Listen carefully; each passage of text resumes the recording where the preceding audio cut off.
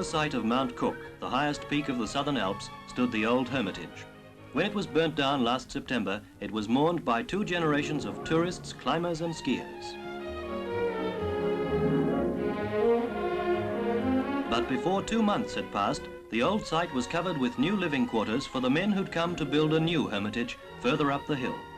80 hours a week they work through cold nights and the wettest summer in living memory. 80 hours a week for 29 weeks. 200 men of 15 different trades building the new hermitage before the winter. Early winter 1958, and 2 years' work has been done in 8 months.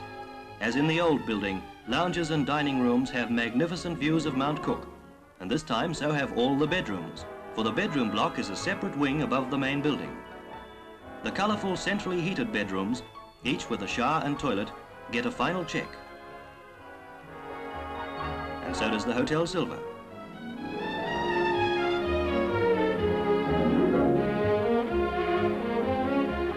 Centrepiece for the lounge is a massive fireplace built from local glacial stone. All the architectural features are in keeping with the new name for the new building, the Hermitage Lodge.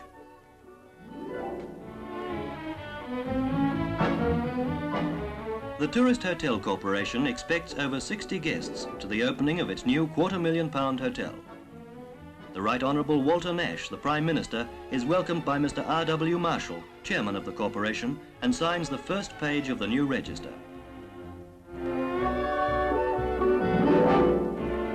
Later, the dining room rafters echo the skirl of pipes. At the official table are the Honourable J. Matheson, Minister of Tourist Resorts, and Mrs. Nash.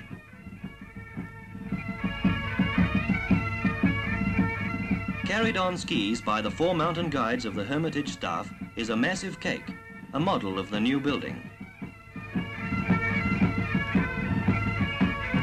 Cutting the cake, Mr. Nash declares the Hermitage Lodge open, and the most modern hotel in New Zealand is ready for guests from home and abroad.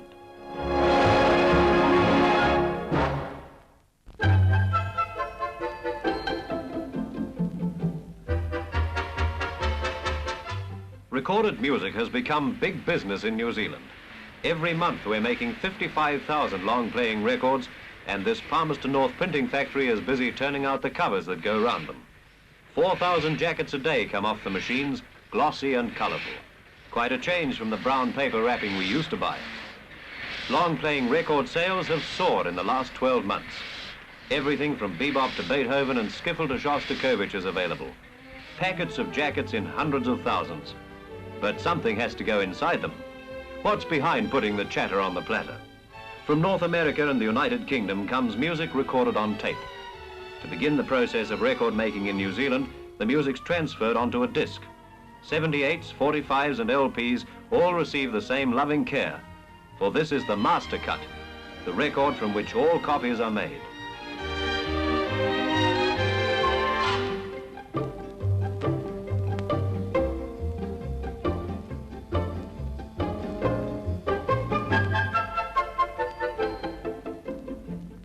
This disc will never be played.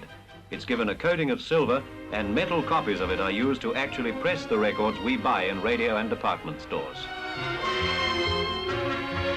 In hydraulic machines, records are pressed from the metal plates, pressed from a substance known in the trade simply as biscuit. For every disc made in the country 3 years ago, 40 discs are made today.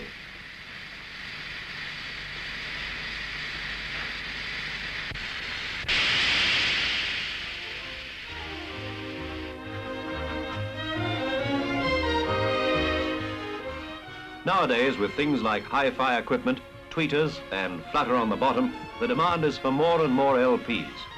As the quality of sound equipment improves, so the testing of new records becomes more thorough.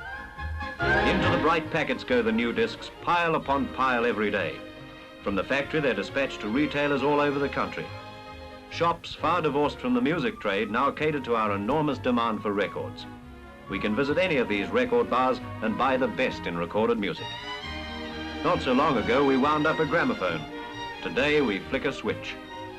Times are changing, and this growing industry is changing with them.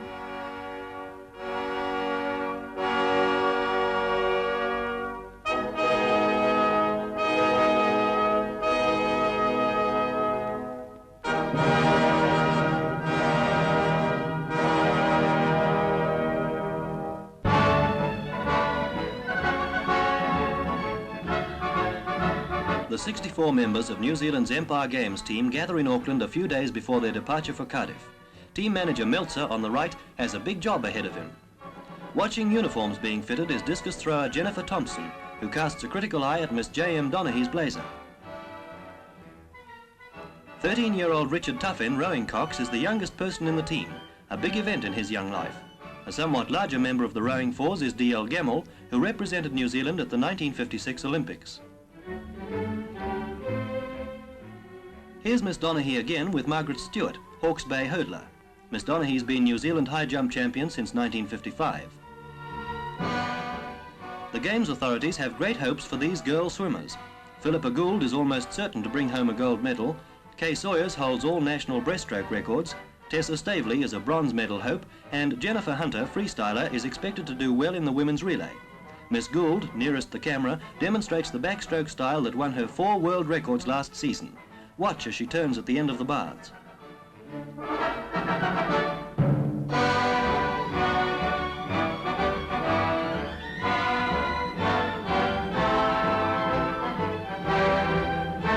These amazingly quick turns have helped her beat the Australian champion 3 times this year.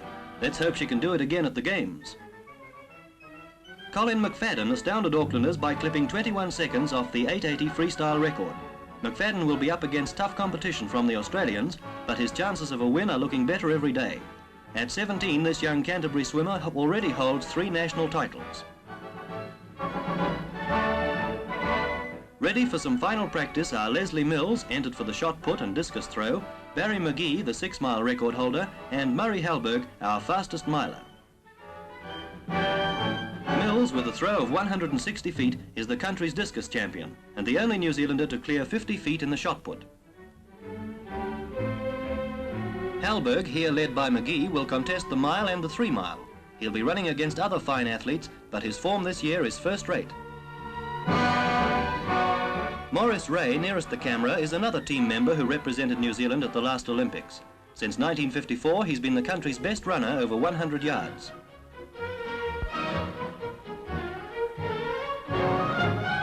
In for the marathon is R.L. Puckett.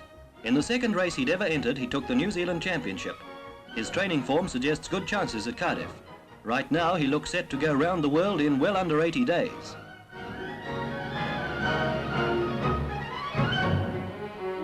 "17-year-old Beverly Weagle may well set a new long jump record at the Games. Slow motion shows her powerful style.